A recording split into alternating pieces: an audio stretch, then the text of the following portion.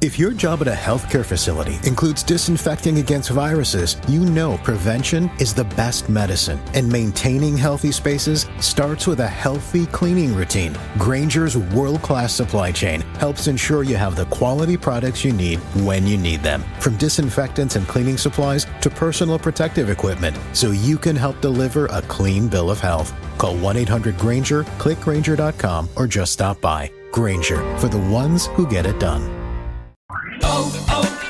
O'Reilly. ¿La luz check engine de tu vehículo está encendida? Podemos ayudarte con O'Reilly Veriscan. Es gratis y provee un informe con soluciones basadas en más de 650 millones de escaneos verificados por técnicos maestros certificados ASE. Y si necesitas ayuda, podemos recomendarte un taller. Pregunta por O'Reilly Veriscan. O'Reilly Auto Parts. 7 billones de dólares a la economía mundial. Toda vez que existen riesgos. Más del 90% son MIPYMES, que generan 80%. Dame 20 minutos de tu tiempo y yo a cambio te daré información sobre los temas más relevantes en materia de comercio exterior, fiscal y aduanas con un toque humano. Y hagamos un trueque, un podcast de TLC Magazine México. ¿Qué tal? Muy buenas tardes, bienvenidos a otro evento de TLC Magazine. Hagamos un trueque, estos webinars gratuitos que tenemos todos los lunes y miércoles. Bienvenidos a nuestros panelistas que se están uniendo. Pista, ingeniero, ¿cómo está? Y nuestro ponente también que se está incorporando, el maestro Rubén Abdo Ascar Camacho. También buenas tardes, maestro Héctor. Y todos los que se están uniendo el día de hoy para, pues, esta gran plática que tendremos el día de hoy. También se está incorporando el doctor Máximo Carvajal. Bienvenido, qué bueno que está, porque viene el maestro Rubén precisamente a hablarnos del Tratado sobre Derecho Marítimo, ahí que ya había hecho el pacto que venía, ¿verdad? Nunca podemos dejar de estar presentes con Rubén. Así es. Muy bien, pues ahorita vamos a leer, si me permiten, la semblanza del maestro Rubén. Es consultor, conferencista y autor de diversas obras relacionadas con el comercio exterior y derecho marítimo. Abogado egresado de la Universidad de La Salle, especializado en comercio exterior y derecho marítimo, maestrando en la maestría de Derecho del Comercio Exterior y Derecho Aduanero. Se ha desempeñado como gerente de Trade Compliance en Missouri de México, gerente jurídico en las agencias aduanales NAT Global y Grupo EI, abogado del despacho Morales Heiser y Asociados y en la DAM. Es socio fundador del despacho Ascar Camacho Ramírez y Asociados. Es litigante, consultor, conferencista y autor de diversas obras relacionadas con con comercio exterior y derecho marítimo. Y pues hoy no es la excepción, que nos va a hacer aquí una gran presentación. Bienvenido, maestro. Muchas gracias, muy buenas tardes a todos. Siempre es un honor estar aquí con ustedes. Y bueno, pues, ¿por qué nació esta idea del libro? La última vez que estuve aquí con ustedes, que siempre es un grato honor estar aquí, pues platicando, uno de nuestros panelistas estrellas, sin denostar a nadie, por supuesto, el doctor Máximo Carvajal hizo la sugerencia y me dio la idea en esta cabecita loca que nunca se puede quedar quieta de hacer un tratado sobre derecho marítimo. Y dije, bueno, ¿por qué no? ¿Por qué no si existen tratados sobre derecho civil, derecho aduanero, en fin, diversas ramas del derecho? ¿Por qué no de derecho marítimo? Si tantas veces hemos hablado del derecho marítimo que es tan bello, ¿por qué no llevarlo a toda la gente para que conozca lo que es el derecho marítimo y que por favor entendamos como mexicanos que es parte de nuestro país, es parte de nosotros? El derecho marítimo, como lo hemos comentado en reiteradas ocasiones, no puede ir separado del comercio exterior. Y pues bueno, aquí con mucho gusto voy a traer esta presentación con mucho gusto y humildad. Se la dedico con todo respeto, doctor Máximo Carvajal, si me lo permite. Va con mucho cariño esta presentación para usted y desde luego, pues, va a haber un ejemplar que ya tiene su nombre, doctor, si me lo permite. La imprenta me lo entrega el mes de febrero. Ahora sí que ya está listo. Nada más, bueno, yo ya lo terminé, ¿verdad? Falta que la impresora, la imprenta, perdón, haga lo propio, ¿verdad? En febrero me dijeron que ya va a estar disponible al alcance de todos y bueno, pues aquí está, me siento muy contento de estar con todos ustedes compartiendo esta que es mi nueva obra, que gracias a Dios y al doctor Máximo Carvajal, pues dije, ¿por qué no hacerla? ¿No? Total, es imperiosamente necesario que se conozca y pues bueno, vamos a ver qué pasa con este libro. Oye, Rubén, ¿no se te hace que suena muy soberbio que te atrevas a decir que es el mejor libro de derecho marítimo del mundo? Para nada intento ser soberbio, pero sí me gustaría contar entre mis anécdotas lo que alguna vez le pasó al doctor Andrés Serra Rojas, en paz descanse. Quienes no estén familiarizados con la anécdota, se las comparto con mucho gusto. Miren, él era un abogado mexicano, prócer del derecho administrativo, y resulta ser que en un viaje a España, de tantos países que visitó, se fue a una biblioteca jurídica y le preguntó a la persona que estaba atendiendo, quiero por favor el mejor libro de derecho administrativo que tengas en español. Para su sorpresa, le dieron un libro de él que es conocidísimo. Yo creo que la gran mayoría de nosotros, bueno, de los que estudiamos derecho, nos hemos topado con ese libro, ¿verdad? De derecho administrativo del doctor Andrés Serra Rojas y pues él quedó sorprendido. Nunca se imaginó que ese libro que él había hecho estuviese tan completo como para haber sido considerado el mejor en su ramo en el mundo hispanoparlante. Aquí en México, como siempre lo he dicho, si queremos que se hable de nuestro país, yo quiero que sea para bien. México tiene cosas muy bonitas que ofrecerle al mundo en todos los aspectos y no tenemos que pedirle nada a nadie. Ya basta del complejo de que lo que viene de fuera es mejor, incluyendo los conocimientos. Aquí en México también tenemos muchos conocimientos, mucha experiencia. Desgraciadamente, nosotros nos hemos creído que no es así. Ya vamos a quitarnos eso también del subconsciente con la palabra imposible, que nada más estorba, ¿de acuerdo? En México y escrito por un mexicano, claro, ¿por qué no? Si los extranjeros dicen que México es un puente natural para unir al mundo, y de hecho, replicando las palabras de un colega español, el doctor Miquel Roca, él señaló, en realidad la verdadera capital del Imperio Español fue México, no fue Madrid ni Sevilla. Todo el comercio, toda la logística, y de hecho la primera moneda global, el real de A8, se manejaba desde México. ¿De acuerdo? De hecho, ese real de A8 le dio nacimiento al peso y a su vez el peso le dio nacimiento al dólar. El dólar no es otra cosa que una copia del peso, incluso hasta en el símbolo. Les hizo falta ahí un poquito de imaginación a los estadounidenses de mediados del siglo XIX, cuando echaron a andar su moneda. Pero bueno, está bien, ¿verdad? Esto lo comento porque cuando chateas con un extranjero y le pones el símbolo del peso, ellos te entienden que le estás hablando de dólares.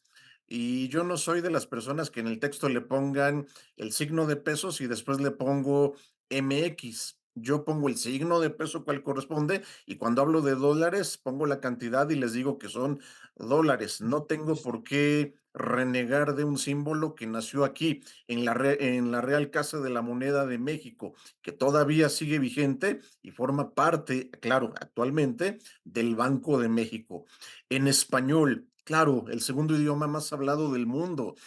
Es importante que nuestro idioma tenga ya presencia a nivel global, ¿de acuerdo? Yo entiendo perfectamente bien que el inglés al día de hoy es el latín moderno y entiendo perfectamente bien que a lo mejor el francés es la lengua del amor y el italiano la lengua de la gastronomía, en fin, muchísimas cosas. Pero el español, ¿en dónde queda? Máxime cuando tenemos un lenguaje riquísimo. Tan es así que los propios extranjeros te dicen, aprender español es muy complicado, pero es muy bonito. Y aprender el español de México por la riqueza cultural que tiene nuestro lenguaje de salud, Gracias. pues es un poco más complicado, lo dicen los extranjeros, pero ello no le quita la belleza al idioma. Y la pregunta universal, ¿por qué? Bueno, ¿por qué? porque reitero, es una rama hermosa, es algo que yo le quiero regalar a mi país, al mundo, y quiero, ¿cómo se llama? Que México sea un faro del conocimiento y, ¿por qué no partir, que se marque un parteaguas para que aquí México sea un centro de conocimiento e investigación del derecho marítimo? Al día de hoy estoy trabajando con una universidad que me permitió guardar confidencialidad para echar a andar una maestría de derecho marítimo, pero ya una maestría en forma, una maestría en serio y no entro en detalles. Mejor vamos a hablar a cosas agradables y de verdad bonitas, ¿de acuerdo? Nuestro amigo Michael, que el cual se los presento para quien no lo conozcan, contrario a lo que se piensa, pues él no es un delfín, es una vaquita marina y pues bueno, es conocido como la mascota del derecho marítimo y nos va a estar acompañando en esta aventura. Amaitl significa mar en idioma náhuatl, ¿de acuerdo? Vamos a ver qué pasa con este libro de este loco de Rubén, a ver qué pasa con Rubén. Bueno, yo quiero presentarles el índice, pero aquí nuestro amigo Michael está preguntándose una cosa. Oye, ¿por qué este libro tiene dos índices? ¿Qué pasa con Rubén? O sea, ¿habían visto un libro que tenga dos índices? Bueno, yo de mi parte sí, no sé ustedes. He visto libros que tienen un índice, llamémosle completo, totalmente desglosado, y un índice abreviado. Es justamente por esa razón que este libro tiene dos índices, ¿de acuerdo?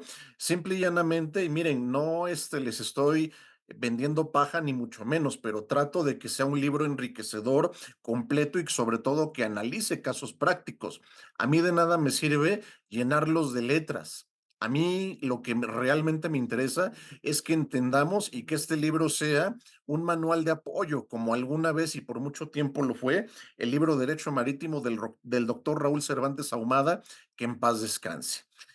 Simple y llanamente, para que se den una idea del índice completo, abarca 17 páginas, ¿de acuerdo? Pero les digo, no por ello quiero venderles a vender puras letras ni nada por el estilo. Se trata de un libro que nos haga aprender y sobre todo que nos haga tener conciencia.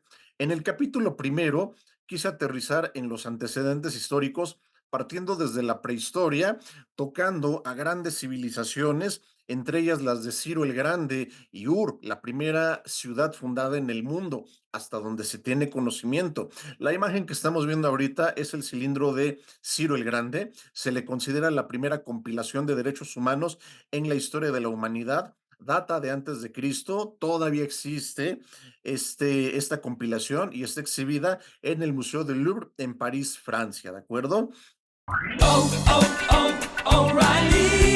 ¿La luz check engine de tu vehículo está encendida? Podemos ayudarte con O'Reilly Veriscan. Es gratis y provee un informe con soluciones basadas en más de 650 millones de escaneos verificados por técnicos maestros certificados ASE. Y si necesitas ayuda, podemos recomendarte un taller. Pregunta por O'Reilly Veriscan. O'Reilly Auto Parts. Antes, hacer los impuestos significaba usar al mismo preparador que tu familia. Pero, ¿realmente era lo más conveniente? Ahora hacer impuestos es tener un experto bilingüe de TurboTax ideal para ti, que solo presentará tu declaración cuando sea 100% precisa, garantizado. Ahora los impuestos se hacen así. Intuit TurboTax. Consigue un experto ahora en turbotax.com/español. Expertos bilingües solo disponibles con TurboTax Live. Consulta los detalles de la garantía en turbotax.com/garantías.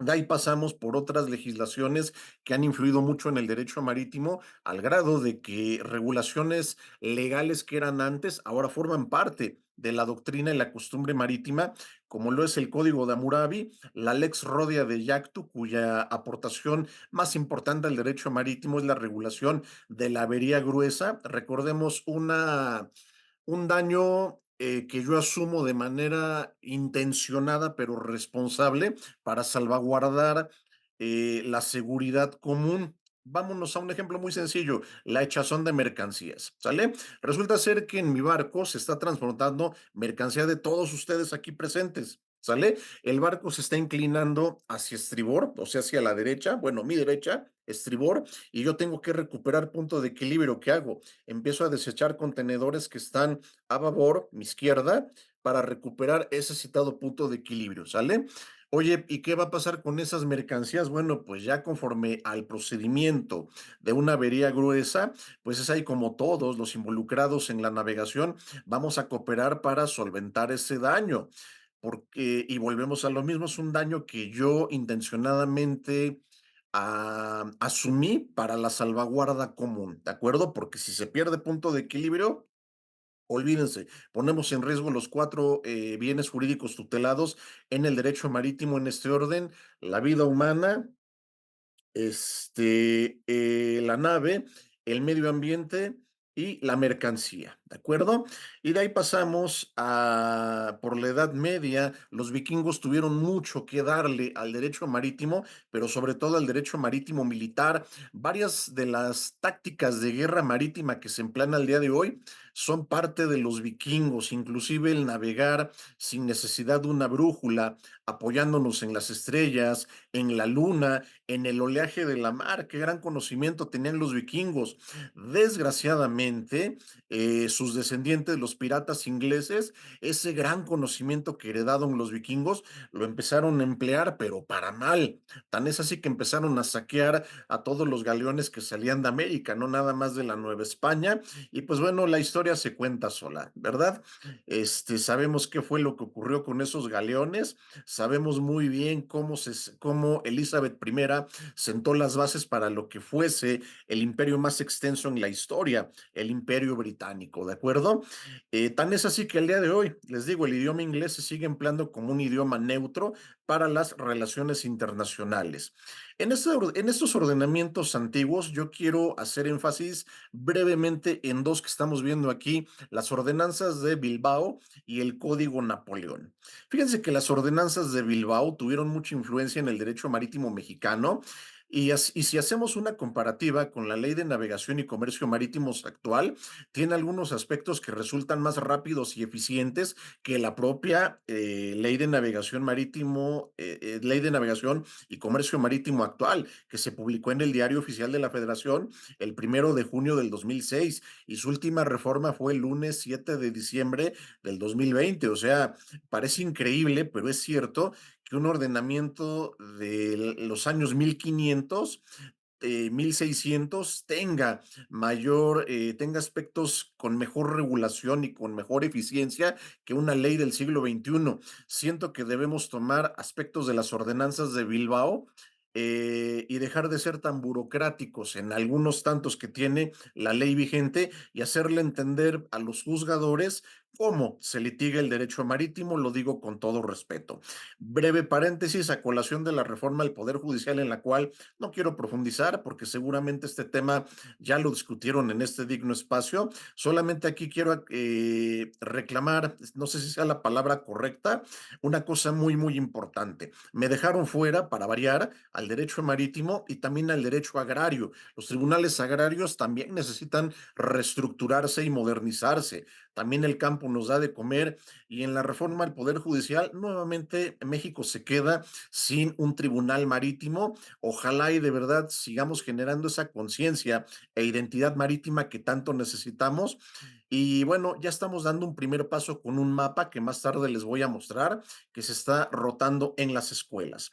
Y el Código Napoleón, que le dio nacimiento a varios códigos civiles de la familia romano-germánica a la cual pertenece México, para tener un derecho codificado. Se denomina así porque fue Napoleón Bonaparte quien tuvo la idea de codificar en un solo cuerpo las ordenanzas jurídicas relativas al derecho civil. Y reitero, los países que pertenecemos a la familia romano-germánica replicamos ese actuar de Napoleón, del Código Civil francés, mejor conocido como el Código Napoleón. Este es el mapa que estamos viendo aquí, como lo pueden ver, valga la redundancia, que se está rotando en las escuelas primarias y secundarias. Quiero señalar una cosa muy importante. La idea de rotar ese mapa no fue de un servidor ni es de un servidor. La idea fue de la maestra Zoila Adriana Hernández del Valle, conocida como la abogada del mar, una abogada maritimista mexicana que también busca generar conciencia e identidad marítima en nuestro país. Y una de ellas fue hacer una propuesta muy sencilla. ¿Por qué no dirigirnos a la SEP para que se les dé a conocer a nuestros niños y jóvenes la verdadera integración de nuestro país? Ya he tenido el gusto de platicar con ustedes y replicar la frase del presidente Adolfo Ruiz Cortines: más allá de las playas, también hay patria, y que los chicos se familiaricen así con este mapa tal cual estamos viendo, no con el mapa con el que un servidor creció, que nada más tenía la división política y ya, no conocíamos la extensión marítima, y es imperiosamente necesario que nuestro pueblo conozca hasta dónde llega México, hasta dónde llega la mar y por qué si las islas Clipperton están en territorio mexicano, Francia ejerce jurisdicción ahí. Esa es otra historia que por supuesto la vamos a contar en este libro. Y bueno, para no perder la costumbre entre arbitrajes injustos y mentalidades coloniales, pues fue que se resolvió en contra de México. Pero bueno, ¿de acuerdo? Ya se los contaré más a detalle. Vienen las ordenanzas de Sevilla que sentaron las bases de que México, otrora Nueva España, fuese la capital mundial del comercio internacional, como lo mencionó nuestro colega español Miquel Roca. Las ordenanzas de Bilbao, que les decía, tienen muchísimo que aportarle al derecho marítimo actual. Tan es así que fíjense que los códigos de comercio que tuvo México, el de 1884 y el de 1890, que todavía sigue vigente, tuvieron un capítulo relativo al comercio marítimo y ahí se replicaron varias de las regulaciones que tenían las ordenanzas de Bilbao, como un procedimiento verdaderamente rápido, ¿de acuerdo? Que se tardaba días. No estamos hablando ni de meses ni de años para que una controversia de derecho marítimo se resolviera. Eso sí, y hay que reconocer el mérito, sin tener tribunales marítimos, México sabía cómo aplicar una justicia marítima, ¿de acuerdo?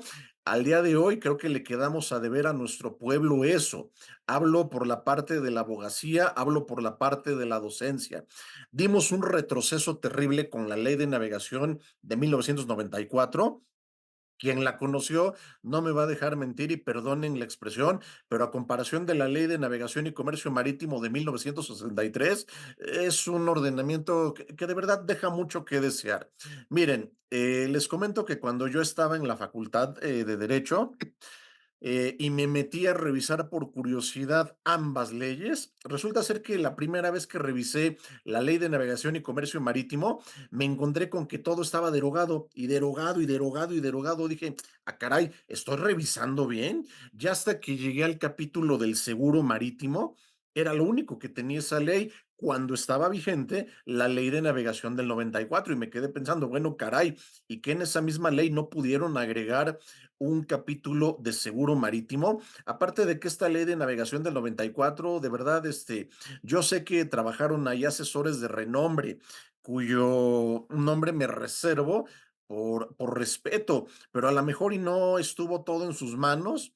Como siempre, algunos políticos malintencionados dijeron déjala así, déjala así, y la rellenaron con parches horribles y bueno, tuvimos una ley de navegación horrible. ¿De acuerdo? Estaba mucho mejor la Ley de Navegación y Comercio Marítimo del 63, que fue elaborada por el doctor Raúl Cervantes Ahumada y la Facultad de Derecho de la UNAM bajo el auspicio del presidente Adolfo López Mateos. Y créanme, esta Ley de Navegación y Comercio Marítimo, la del 63, se consideraba una de las más avanzadas en el mundo.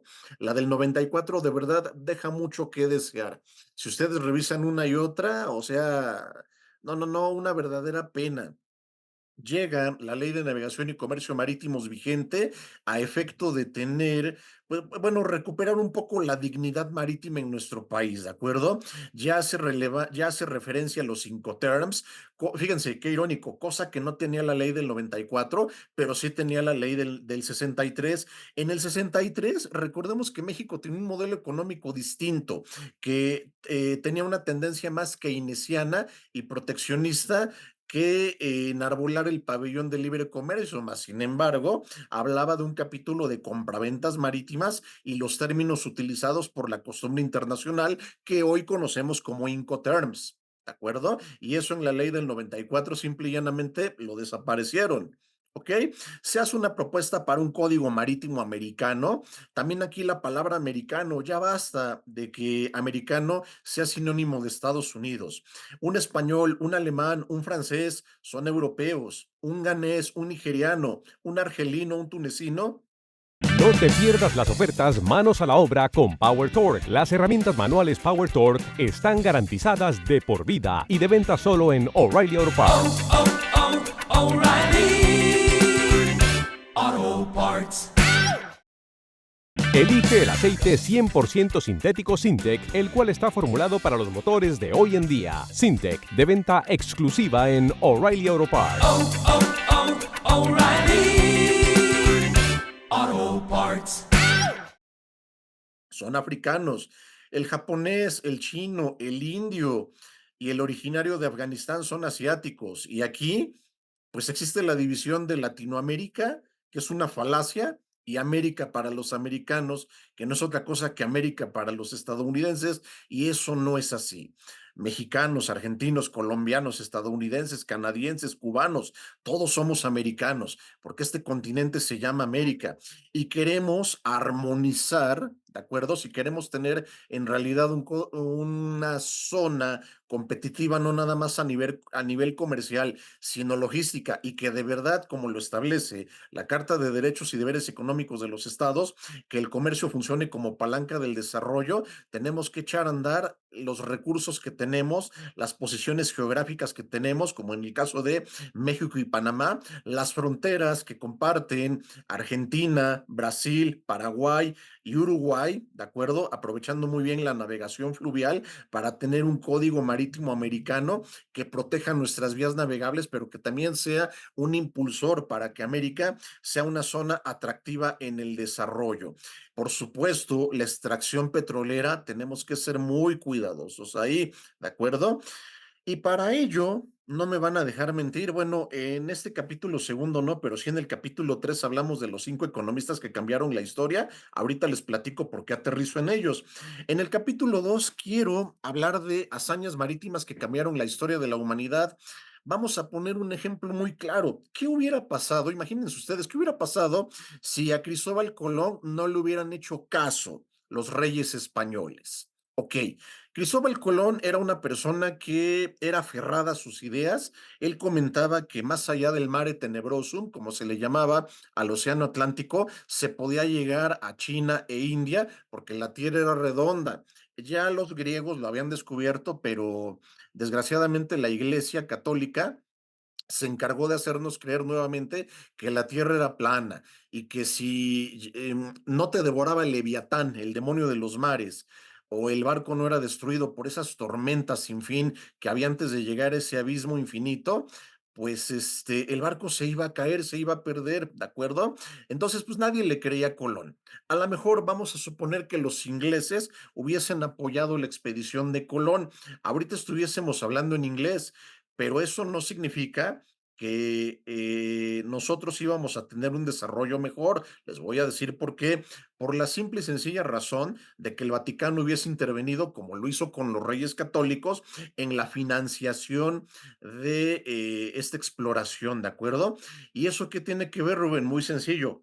A Enrique VII le hubiera tocado negociar con Cristóbal Colón. Su hijo Enrique VIII para nada se iba a pelear con el Papa. ¿Por qué se peleó con el Papa? ¿Se acuerdan? Porque no lo dejó divorciarse.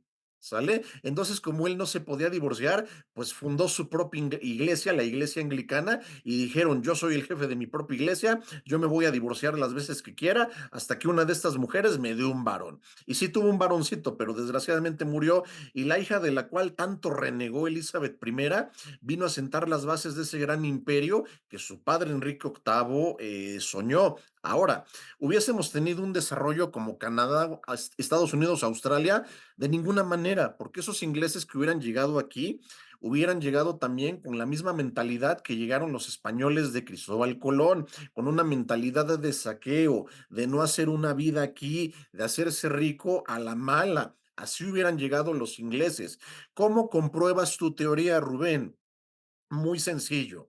Miren cómo están países africanos que fueron colonia inglesa, como Nigeria, por ejemplo. ¿Sale? No me digan que están muy desarrollados, lo digo con todo respeto. No me digan que son lugares donde se respeta el Estado de Derecho o hay un progreso. De ninguna manera. ¿Por qué? Por herencia de los ingleses colonialistas que llegaron ahí con toda la intención de saquear. Contrario, censo, a lo que pasó en Estados Unidos. En Estados Unidos la historia fue muy diferente porque los ingleses que empezaron a llegar a la costa este eran ingleses que estaban fastidiados del rey. Y lo único que buscaban era libertad para trabajar, libertad para profesar su religión, libertad para poder comerciar, ¿de acuerdo? Y con esa mentalidad sentaron las bases para que Estados Unidos fuese lo que alguna vez fue la primera potencia mundial, ¿de acuerdo? Lo hicieron bastante bien, pero todo fue con esa mentalidad de trabajo, cosa que no hubieran tenido los ingleses que hubiesen llegado con Colón, ¿de acuerdo? Migraciones así como la que les estoy comentando que sucedió en Estados Unidos, ya la tuvimos antes con Islandia en la época de los vikingos.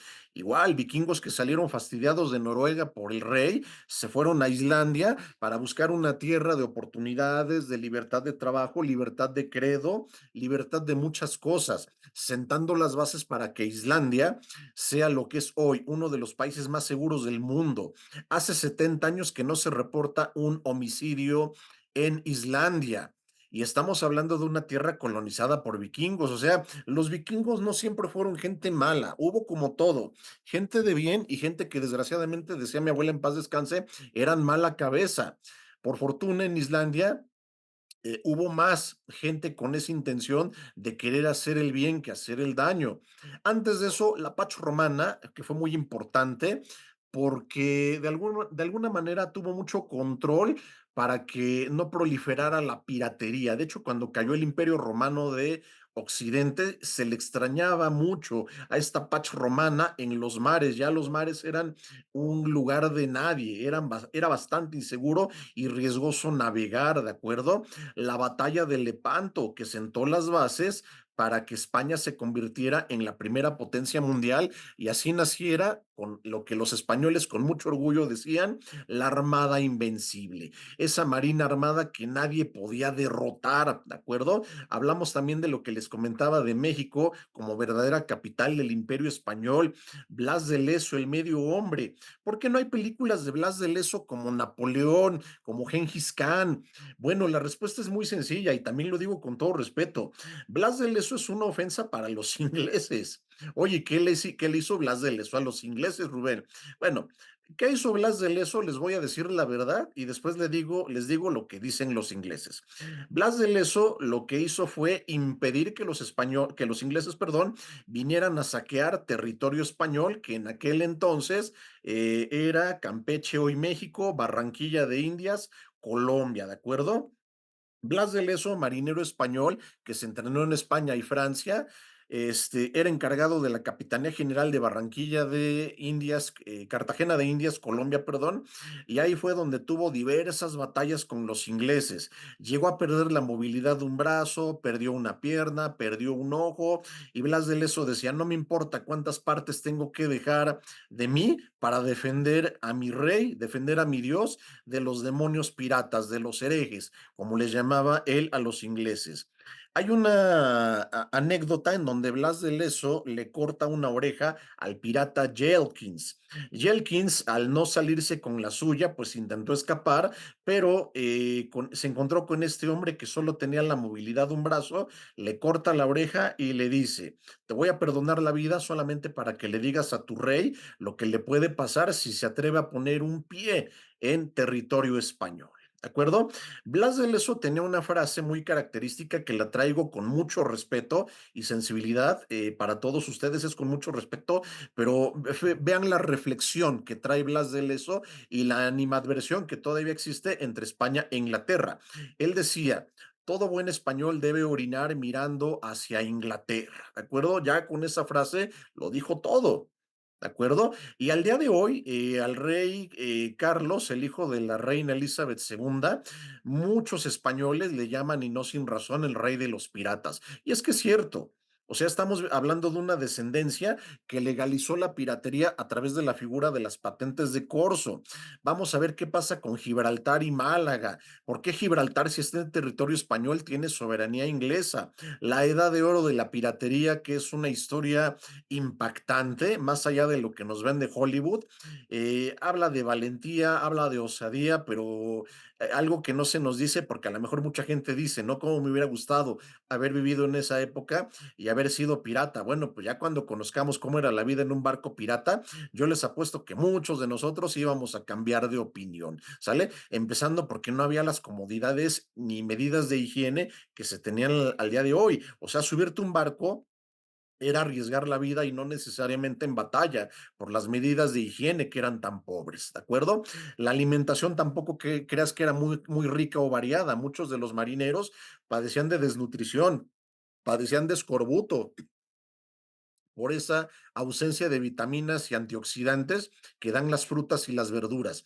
¿De qué se alimentaban? De carne seca, que en México conocemos como cecina o machaca, de igual de pepinillos en vinagre, y pues bueno, a mí no me gustan los pepinillos en vinagre, pero las personas que sí les llegue a gustar el sabor, no me van a dejar mentir, no son muy cómodos para comer. Sale, son alimentos que tienen los mismos efectos que la col y los frijoles para el intestino. ¿Ok? La independencia de México consolidada en el mar. Ahorita vamos a ver una fecha muy interesante que justo recae en este mes y ahorita les voy a decir por qué. Estados Unidos y su aprovechamiento en la mar. Mucha gente dice, oye Rubén, ¿es verdad que Estados Unidos llegó a ser la primera potencia por ese territorio que le robaron a México? Sí, y además por el mar que los mexicanos no supimos aprovechar. Chequen cómo está el puerto de San Francisco, el puerto de San Diego, el puerto de Long Beach, todos ellos en California. Y eso, los mexicanos cuando nos independizamos no lo supimos aprovechar. Nos quedamos con la herencia novohispana de la aduana de San Diego, que todavía existe. ¿De acuerdo? Sin embargo, no pasamos de ahí. Y San Francisco fue un puerto que fue construido por la necesidad de construir vías férreas y para ello llegaron muchos chinos después de la guerra del opio. La guerra submarina, ¿de acuerdo? Que sucedió en la Primera Guerra Mundial. Y pues bueno, algo que también China hizo que yo no logro entender y muchos historiadores no encuentran respuesta, es por qué si China en los años 1200 tenía una de las marinas armadas y comerciantes más extensas del planeta, de repente el emperador dijo, ordeno quemar todos los barcos y que China se encierre en sí misma. No te pierdas las ofertas manos a la obra con Power Torque. Las herramientas manuales Power Torque están garantizadas de por vida y de venta solo en O'Reilly Auto Parts. O'Reilly Auto Parts. Elige el aceite 100% sintético Syntec, el cual está formulado para los motores de hoy en día. Syntec, de venta exclusiva en O'Reilly Auto Parts. O'Reilly Auto Parts.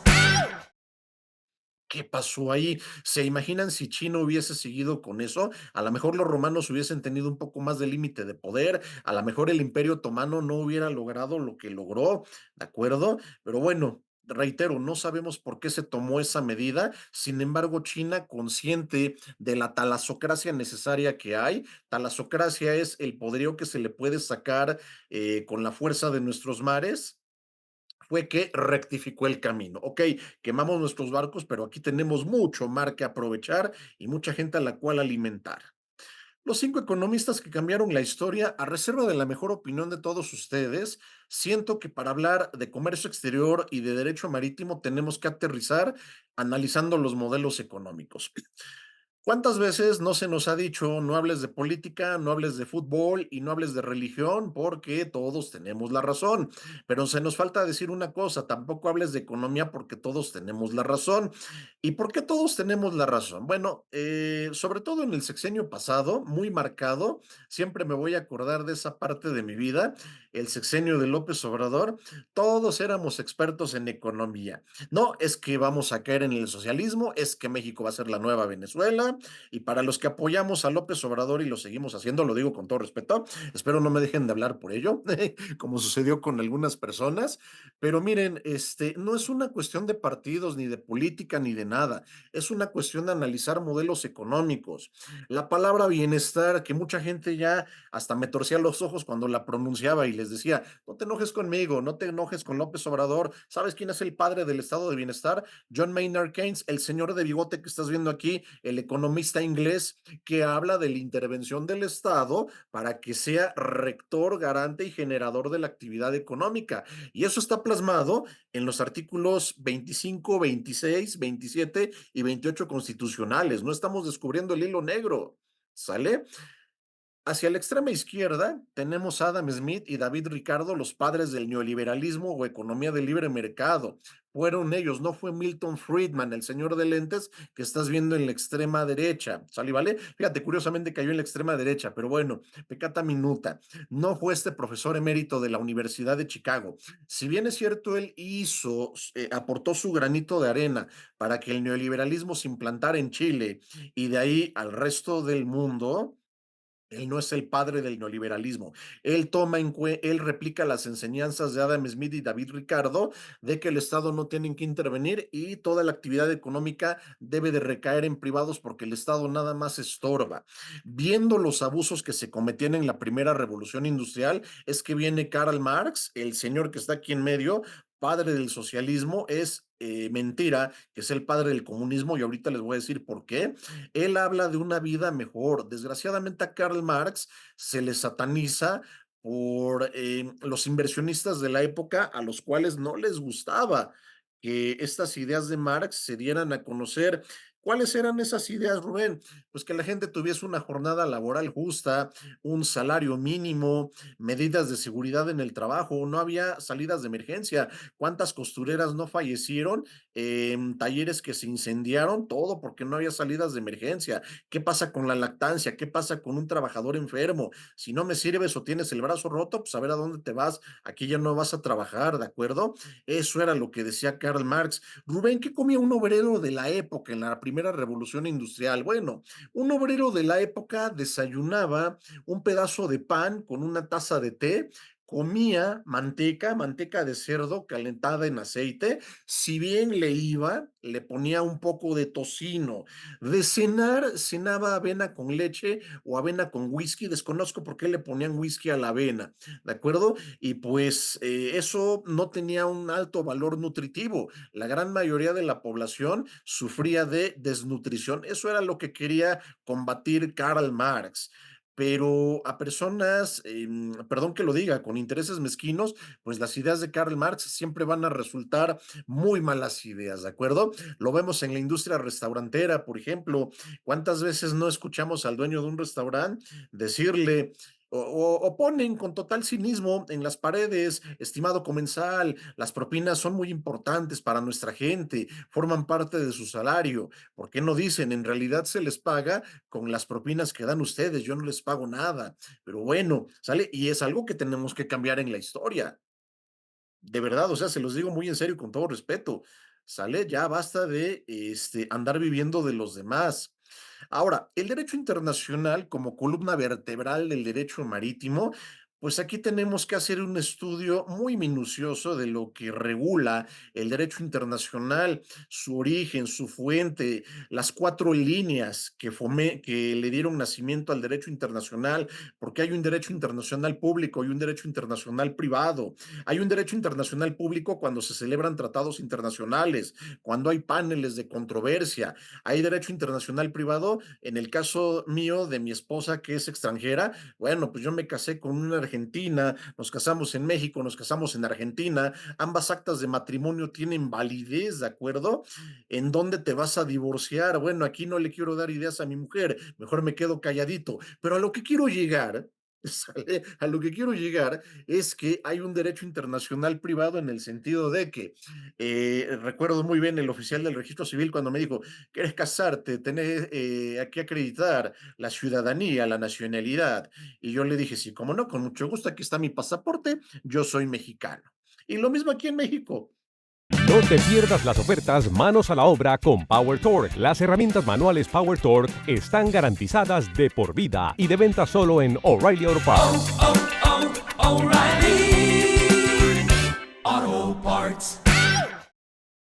Buenos días, señorita, bla, bla, bla, que no sé qué, desea casarse, acta de nacimiento, pasaporte, y ya mi mujer contestó con ese acento porteño que me enamora. Pero bueno, peccata minuta.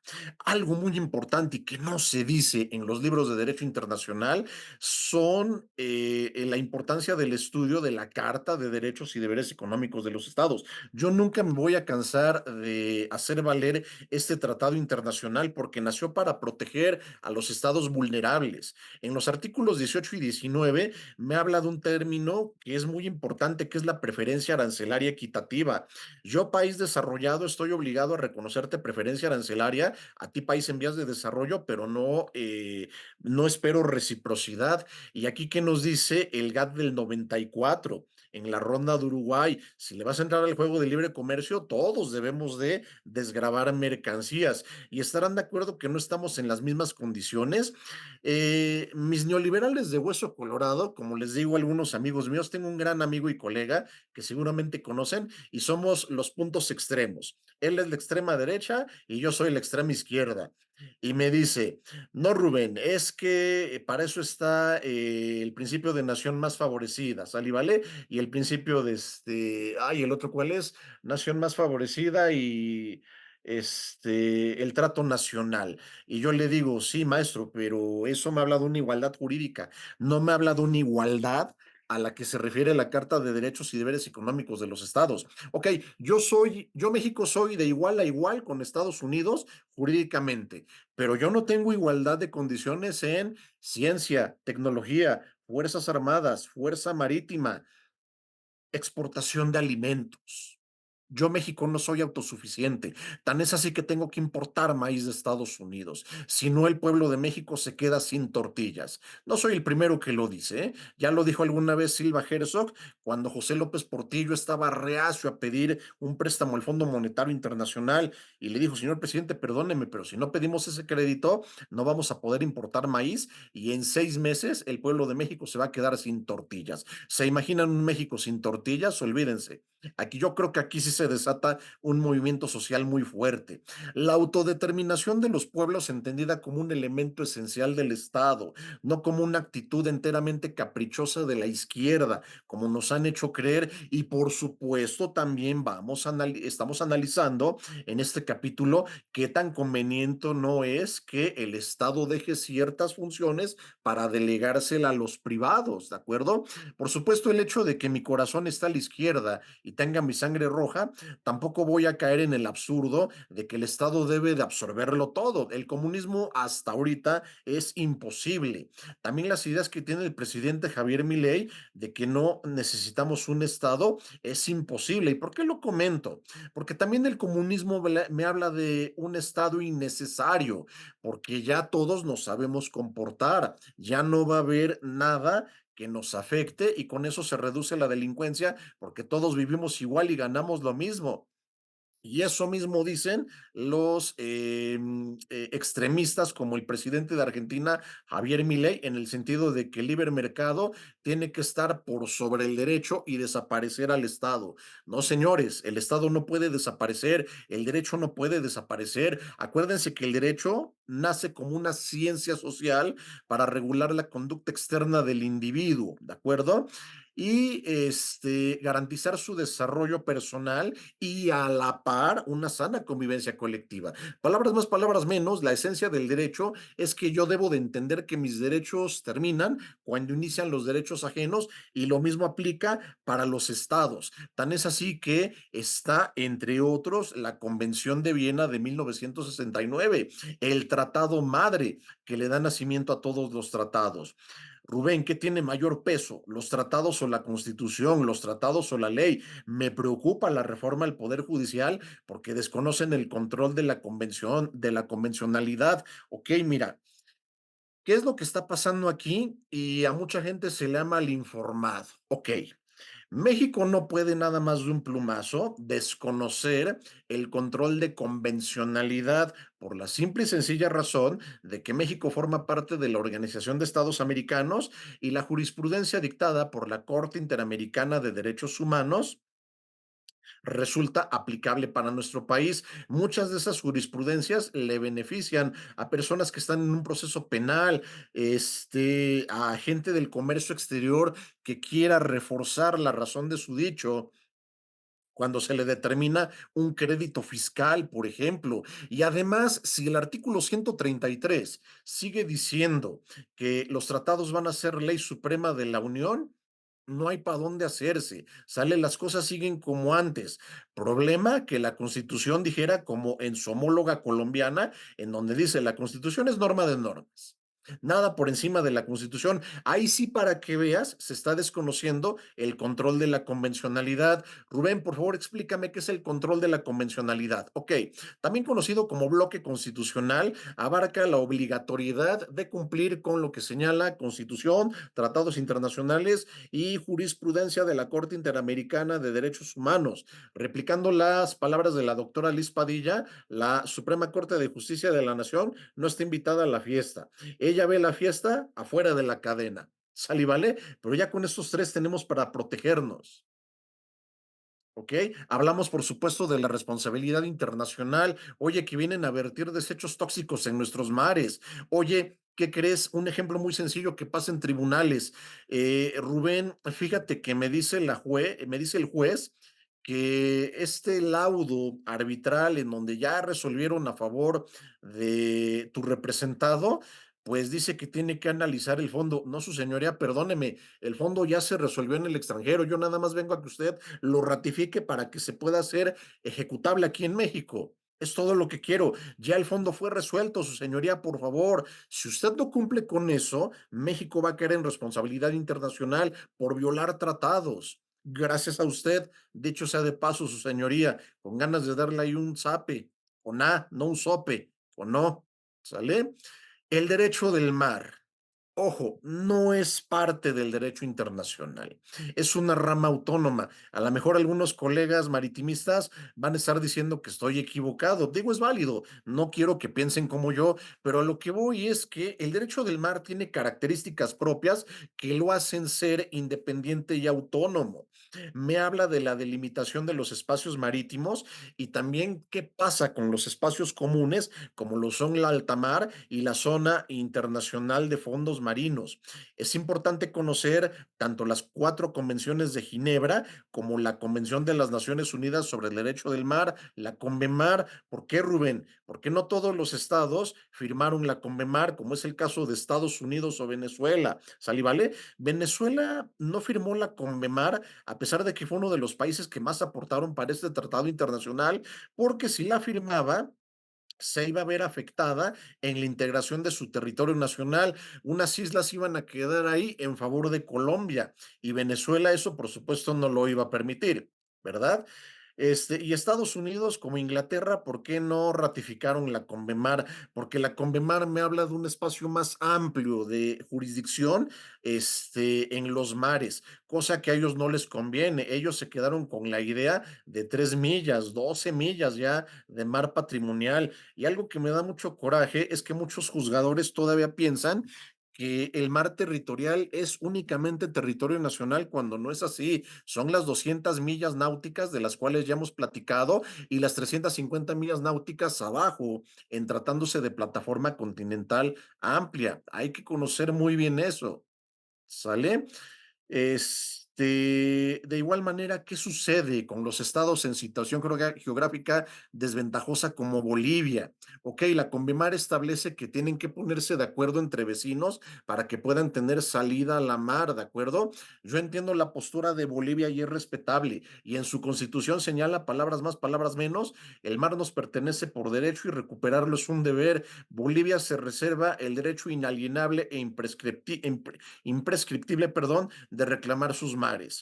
No soy quien para criticar al doctor Antonio Remiro Brotons, quien representó a Bolivia ante la Corte Internacional de Justicia contra Chile para impugnar esa parte de los tratados de la Guerra del Pacífico en donde le cerraron la salida a la mar a Bolivia, pero debieron haberlo impugnado a través del tribunal correcto, el Tribunal Internacional del Derecho del Mar, no en la Corte Internacional de Justicia. Entonces, ¿para qué nació ese tratado a través de la Convemar? ¿Lo tenemos nada más ahí de adorno? ¿O qué pasa con el Tribunal Internacional del Derecho del Mar? ¿O será que a las grandes potencias no les conviene que conozca el Tribunal Internacional del Derecho del Mar sobre controversias limítrofes e incluso también cuestiones de compañías petroleras? ¿Por qué? Si toda la actividad se está llevando en la mar. No, es que en la Corte Internacional de Justicia me entiendo mejor con los jueces, con los jueces de ahí. Ok, te entiendes mejor, me suena como a corrupción y nepotismo, y por eso no te gusta el Tribunal Internacional del Derecho del Mar. Oye, ¿y Bolivia tiene esperanza, Rubén? En mi humilde opinión, sí, sale, y podemos interponer un nuevo juicio en el Tribunal Internacional del Derecho del Mar. Ojo, no estoy hablando de impugnar la sentencia dictada por la Corte Internacional de Justicia. No se puede. En la propia sentencia dice que eso no se puede impugnar, pero sí puede interponer un nuevo juicio. No sé si me estoy dando a entender. Oye, es que ya se resolvió el fondo de la controversia. No es cierto, porque lo resolvió una corte incompetente para ello. Eso es lo que quiero darle a conocer a toda nuestra gente, que sepan cómo defenderse también en los mares. ¿De acuerdo? Los derechos humanos que no pueden faltar en el derecho marítimo, por supuesto. Los de primera generación, los de segunda generación, que son mis favoritos. Los derechos económicos y sociales, ¿de acuerdo? El derecho a navegar por Internet, el habeas data, la confidencialidad en redes sociales. ¿Ok? Por supuesto, también hablar del derecho marítimo y los 4 pilares que lo forman. La norma oficial mexicana que hace las veces de un diccionario marítimo para conocer términos relativos a la navegación y a la actividad marítimo portuaria, su relación con otras ramas del derecho, sus fuentes. Oye, ¿de verdad hay un derecho pesquero, Rubén, o te lo sacaste de la manga? No. Claro que hay un derecho pesquero. Si bien es cierto, nace del derecho administrativo, también tiene una rama autónoma. Tan es así que hay una autoridad competente para regular la pesca en México y es la CONAPESCA, Comisión Nacional de Pesca, que forma parte de la Secretaría de Agricultura y Desarrollo Rural. También eso necesitamos, tener una sola secretaría que se encargue de todo eso. Podemos tener una Secretaría del Mar y dejar de tener dispersa a la Secretaría de Marina, a la SADER, a la Secretaría del Bienestar, ¿de acuerdo? Todo eso lo podemos unir. También el comercio exterior lo podemos unir en una Secretaría de Comercio Exterior y Aduanas. ¿De acuerdo? Pero bueno, ojalá y podamos hacer esto realidad. El estatuto jurídico del buque. Fíjense que ahorita, bueno, no ahorita, llevo, no les miento, todo lo que va de octubre y ahorita estos primeros días de noviembre, diciéndole al cliente, ya logramos embargar un barco de determinada naviera y el cliente me sale con que para qué me sirve. Bueno, miren, son en realidad dos clientes. Con el primer cliente logramos embargar 4 barcos y el cliente ya logró venderlos en Suiza, ¿sale y vale? Rubén, pero en Suiza no tienen mar. No, no tienen mar, pero Suiza sabe aprovechar los beneficios de la Conmemar y tienen puertos con sus vecinos. ¿Sale? Entre ellos Alemania, que sí tiene salida a la mar, ya los vendió y ahí está el dinero. Y ahorita tengo un cliente que no entiende muy bien del derecho marítimo. El otro cliente tampoco, nada más quiere un poco más abierto. Pero este segundo cliente me dice, llame un barco, ¿de qué me sirve?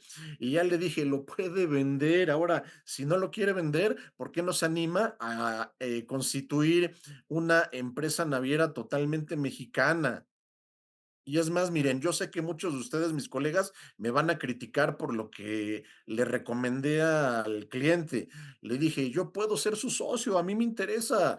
Yo le inyecto capital, vamos a echar a andar una empresa naviera mexicana. Me dijo, no, a mí el barco no me sirve. Y le dije, a ver, es que ya tiene aquí las escrituras en el Registro Público Marítimo Nacional. ¿Por qué no lo quiere ocupar? Lo puede fletar si usted quiere, si no lo quiere vender.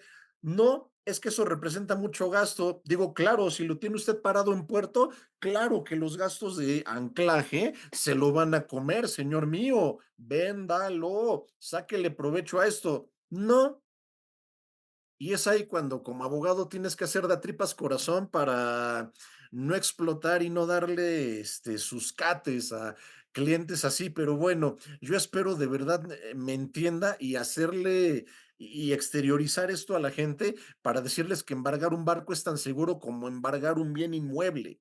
¿De acuerdo? Y también a los bancos, que por cierto, no se me van. También tengo aquí un jalón de orejas para los bancos, ¿sale? Aquí está para que me prestes dinero. No es que yo nada más presto dinero sobre garantías inmobiliarias.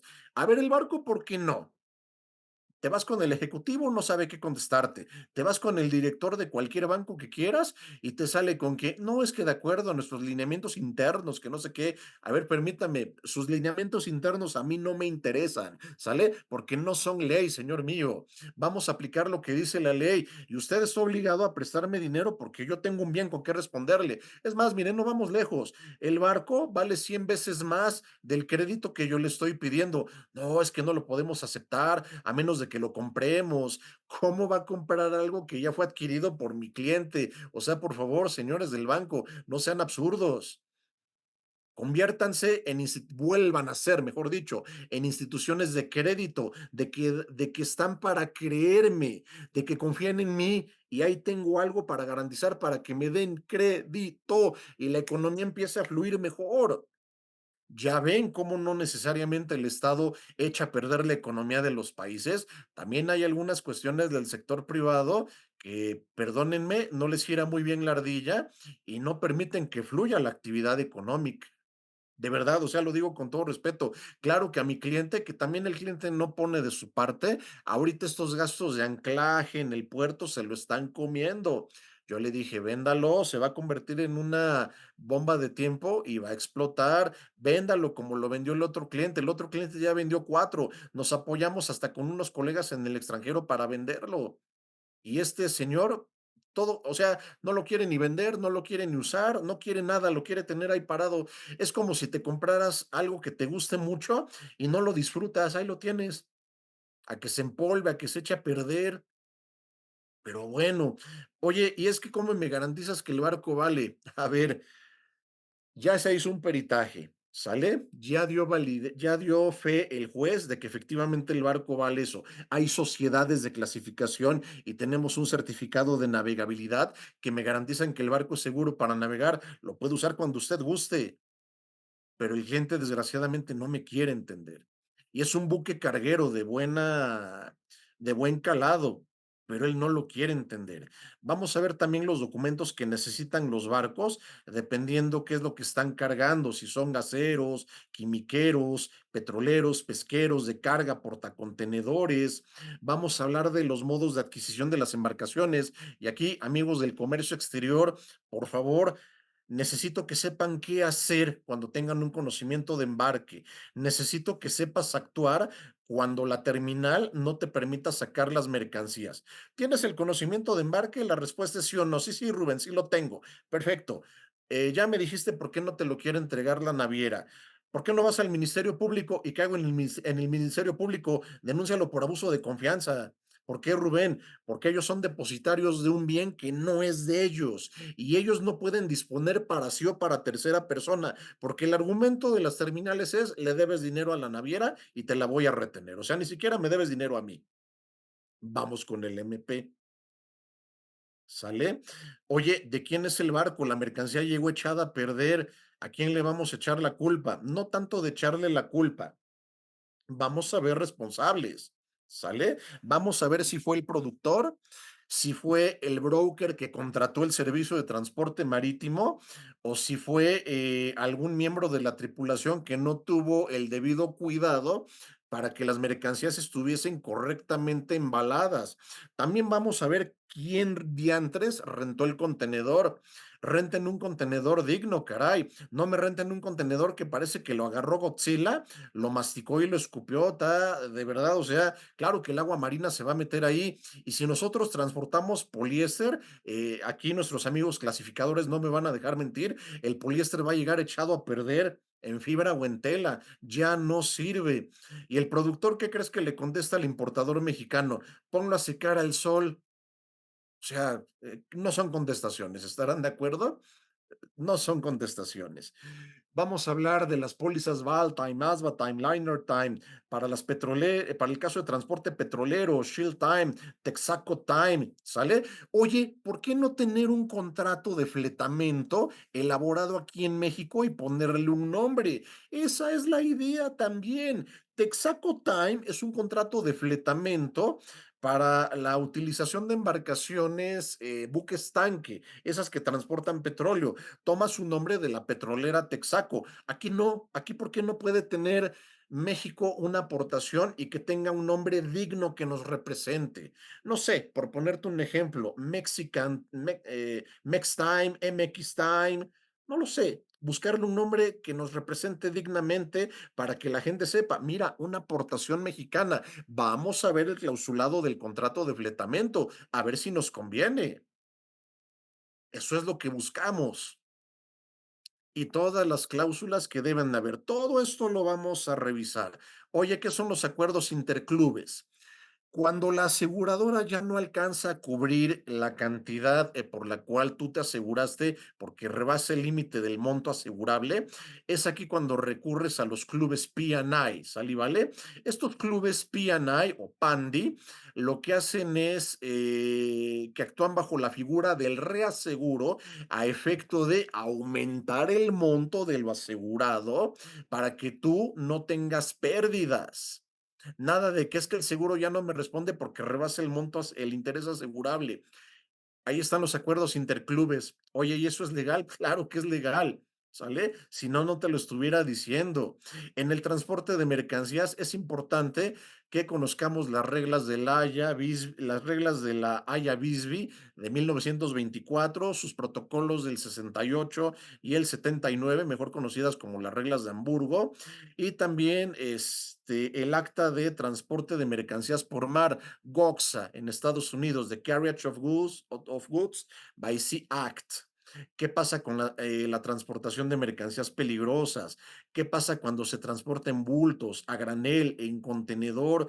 ¿Qué pasa con las empresas navieras más poderosas del planeta? Aquí está el top 5 de ellas. Seguramente las conoces, seguramente has celebrado contratos con ellas, seguramente te has agarrado de la greña, como yo, con algunas de ellas. En CMA, por ejemplo, yo ya no soy bienvenido.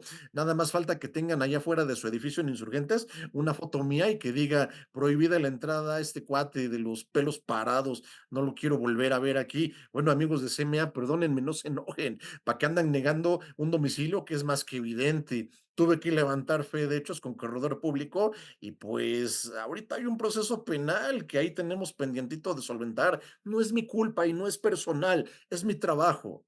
¿Sale? Además, yo no le mentí a la autoridad. Oye, Rubén, es muy fuerte lo que estás diciendo. Sí, pero es real. ¿De acuerdo? Nunca voy a venir a decir cosas que no son. Oye, Rubén, estás señalando a la gente. No, no la señalo. Estoy poniendo un ejemplo de la vida real y también estoy generando conciencia para decirles que a las empresas navieras, claro que también se les puede demandar. No son intocables. ¿Sale? Todos somos iguales ante la ley. ¿Qué pasa con los accidentes de la navegación? También vamos a ver qué sucede cuando hay una colisión de buques, entiéndase choques, limitación de responsabilidad. Me encanta. No sé si recuerden que aquí tuvimos un espacio en donde hablamos de matemáticas y derecho e incluso hicimos un ejercicio, ¿se acuerdan?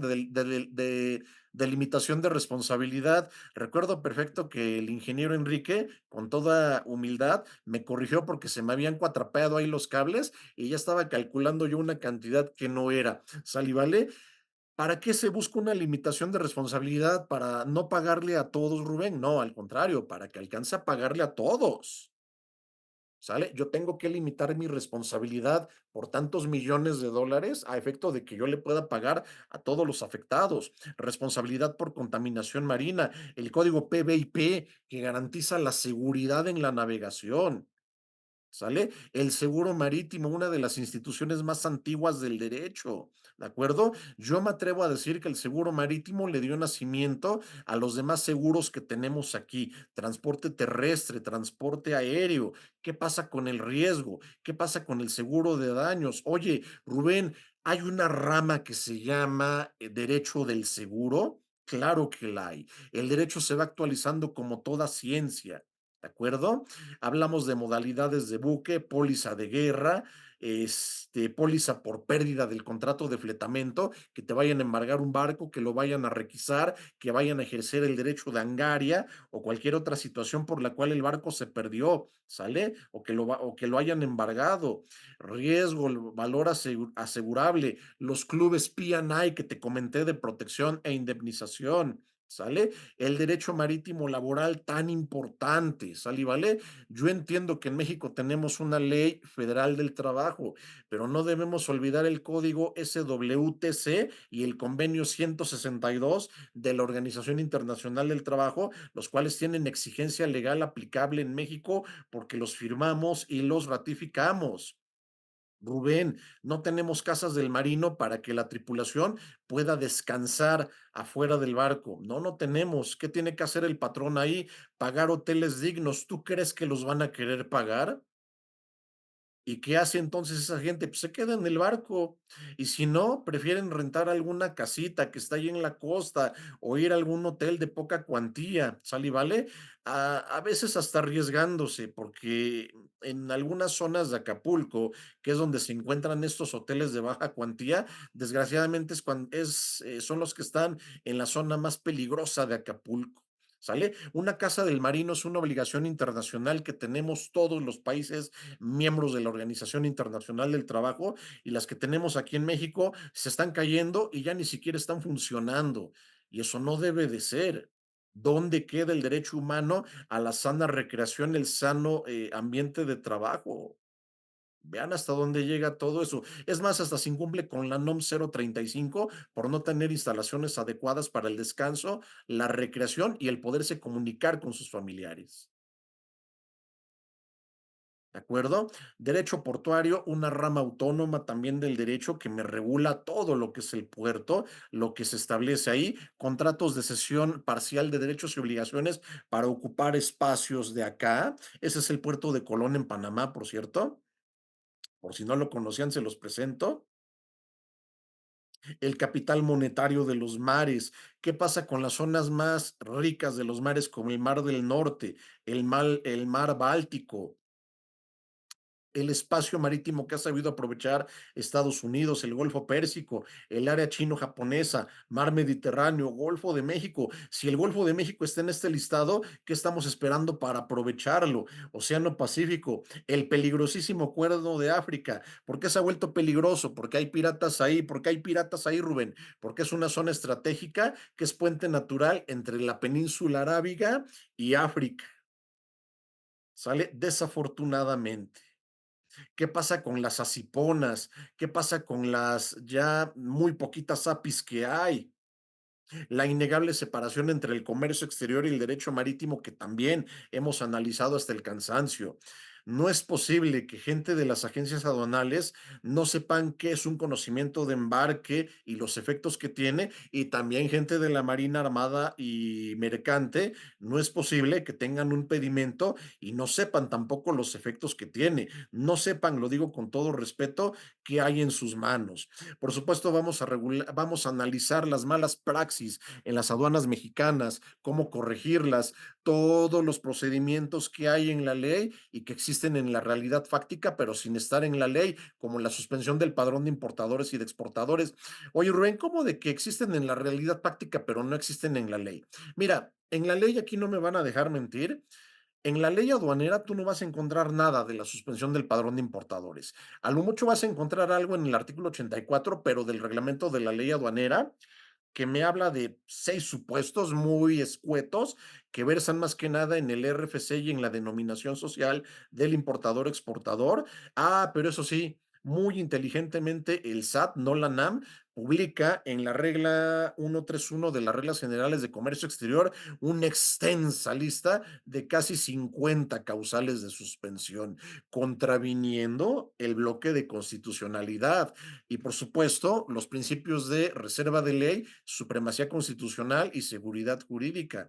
¿Por qué, Rubén? Porque ningún ordenamiento reglamentario puede establecer obligaciones mayores a los que se establece en una ley. Derecho marítimo militar. Yo en México, el único libro que he visto que me habla de derecho marítimo militar es el libro de Derecho Oceánico del doctor Eduardo Solís Guillén, pero me habla muy poquito del derecho marítimo militar. Aquí te voy a hablar de qué es el derecho de guerra, también llamado derecho humanitario internacional, las reglas que se deben de respetar en el caso de un conflicto armado. No me ataques zonas de hospitales, no me ataques zonas de reporteros, no me ataques zonas de civiles. De ahí la importancia de la Franja de Gaza. Todo el mundo te habla de la Franja de Gaza, pero nadie te dice que ahí no se debe de atacar. Oye, entonces Israel está violando el derecho internacional. Sí, nada personal con ustedes, amigos de Israel. Por supuesto, tampoco nada personal con ustedes, amigos judíos, de ninguna manera. ¿Sale, vale? Solamente estoy diciendo lo que este, el actual jefe de Estado israelí está haciendo, poniendo en vergüenza al pueblo de Israel. ¿De acuerdo? ¿Por qué no convivir en paz con Palestina si ese territorio en realidad la ONU, de manera arbitraria, lo eligieron para que ahí se constituyera el Estado de Israel? Y tuvimos suerte, porque Estados Unidos ya estaba echando porras para que Israel estuviese en la península de Baja California. Ya ven, ellos bien, bien opinadores, ¿sale, vale? ¿Por qué? Pues al tener un estado satélite y en un área estratégica como la península de Baja California, que no nos la pudieron quitar con el Tratado Guadalupe Hidalgo, pues vino la sugerencia de que ahí se estableciera el Estado de Israel. Fíjate, iban a aprovechar al máximo las riquezas que hay en el mar Yaqui, otrora mar de Cortés, todavía llamado Golfo de California. Lo puedes llamar como tú quieras, ¿eh? Los 3 nombres son oficiales. Yo prefiero llamarle mar Yaqui o Golfo de California. ¿Por qué mar de Cortés no, Rubén? Si Hernán Cortés fue el que llegó a ese espacio, porque tenemos que reconocer nuestras raíces, ¿sale? No quiero, por supuesto, que se vayan con la idea de que tengo un sentimiento antiespañol de ninguna manera, porque si yo tuviera un sentimiento antiespañol, no hablaría de las hazañas de Blas de Lezo. Hace falta una película de Blas de Lezo con las grandes producciones de Hollywood para dar a conocer sus hazañas, pero como pegó en el orgullo anglosajón, eso va a estar muy cañón. Oye, entonces, ¿qué hay que hacer? Trabajar duro para que aquí en el mundo hispanoparlante le honremos a Blas de Lezo como se merece y a varios héroes en la Marina colonial, que ahora podemos llamar Marina Mexicana, Colombiana, Argentina, etcétera, que hicieron mucho por sus países. ¿De acuerdo? Condiciones de legítima defensa, normas para la guerra, prohibición de atacar a la población civil, los derechos de los detenidos, la prohibición de matar o herir a un adversario que ya haya renunciado al combate, te dejo el arma, ¿sale? No tienes por qué hacerle daño, y la prohibición de las violaciones y otras formas de violencia sexual, como desgraciadamente sucedió con Japón y las mujeres de China y Corea en la Segunda Guerra Mundial, y más atrás, Gengis Khan, fíjate, Gengis Khan llegó a violar tantas mujeres que al día de hoy 2% de la población del planeta desciende de Gengis Khan. Nada más imagínense el alto impacto que tuvo esa violencia sexual ejercida por Temujin, quien después se llamara el Gran Khan, Gengis Khan, o Gengis Khan, de las dos maneras es correcta. La guerra cibernética, oye, ¿te cae que hay guerra cibernética en los mares? Por supuesto, hay cableado submarino, ¿sale? Cuidadito y toques el cableado submarino de Rusia. Putin ya lo dijo, ¿sale? Si yo me entero de que el cableado ruso que está en el Océano Pacífico es vulnerado, se entenderá que están atacando una parte de Rusia y tiene razón. ¿Sale? ¿Vale? La jerarquía en la Marina Armada de México. Todos sabemos que es un general, un teniente general, un teniente coronel, un sargento, pero mucha gente se me pierde con las figuras de almirante, vicealmirante, capitán, cabo, raso, etcétera. Tenemos que estar familiarizados también con esos rangos militares. También te hablo, nada más que aquí sí le corté porque si no se iba a ser una presentación más extensa, el acuartelamiento de la Marina Armada. Te hablo de los cuarteles y las zonas navales que por lo regular están al lado de los puertos. ¿Sale, vale? ¿Qué pasó el 23 de noviembre, Rubén? Bueno, el 23 de noviembre de cada año se celebra el Día de la Armada de México.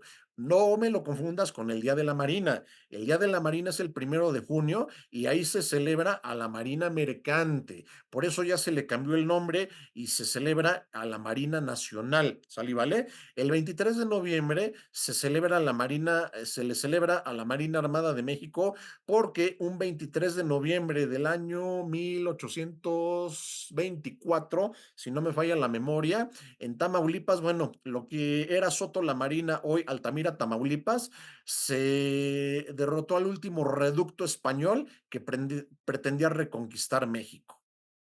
Y con todo y eso, los españoles no nos reconocieron la independencia hasta el año de 1836, firmando un tratado. Pero bueno, ¿sale, vale?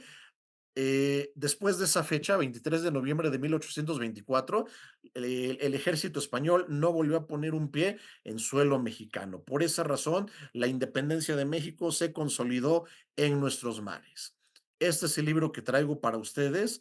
Va a traer casos prácticos, va a traer contratos para analizar, va a traer actas que levanta la autoridad, contratos de enrolamiento, que son contratos de trabajo para la tripulación que labora a bordo de los barcos, va a traer muchas cosas más. Reitero, ya hay un ejemplar para usted, doctor, ya hay un ejemplar para usted, ingeniero, como lo platicamos en redes sociales. Yo le agradezco el mensaje que me mandó gentilmente a mi número, de verdad estoy muy agradecido. Y bueno, les reitero, el libro ya está listo, la imprenta me lo entrega en el mes de febrero, el libro tiene un costo total de 5,000 pesos, está en físico, ¿de acuerdo? Si les interesa pueden apartar su libro con un depósito de 1,000 pesos, ya quien guste me puede contactar directamente con la venia de los conductores y organizadores del programa. Dejo mi número telefónico para que me puedan contactar, 55 34 46 0004. Este es mi número. Hemos llegado al final del trueque de hoy. Muchas gracias por acompañarnos. Esto fue Hagamos un trueque vía Zoom, un evento de TLC Magazine México. Si te gustó esta plática, no olvides compartir cada evento con tus contactos, para que así continuemos esparciendo conocimiento y nos mantengamos actualizados. Encuentra todas nuestras pláticas a través de nuestra plataforma de educación en línea ingresando a www.tlcmagazinemexico.com.mx en la sección de cursos, donde podrás verlas nuevamente sin costo. Si estás interesado en algún tema específico, envíanos un mensaje a través de las redes sociales de TLC Magazine México y buscaremos un experto que pueda aclarar tus dudas. Esto fue Hagamos un trueque.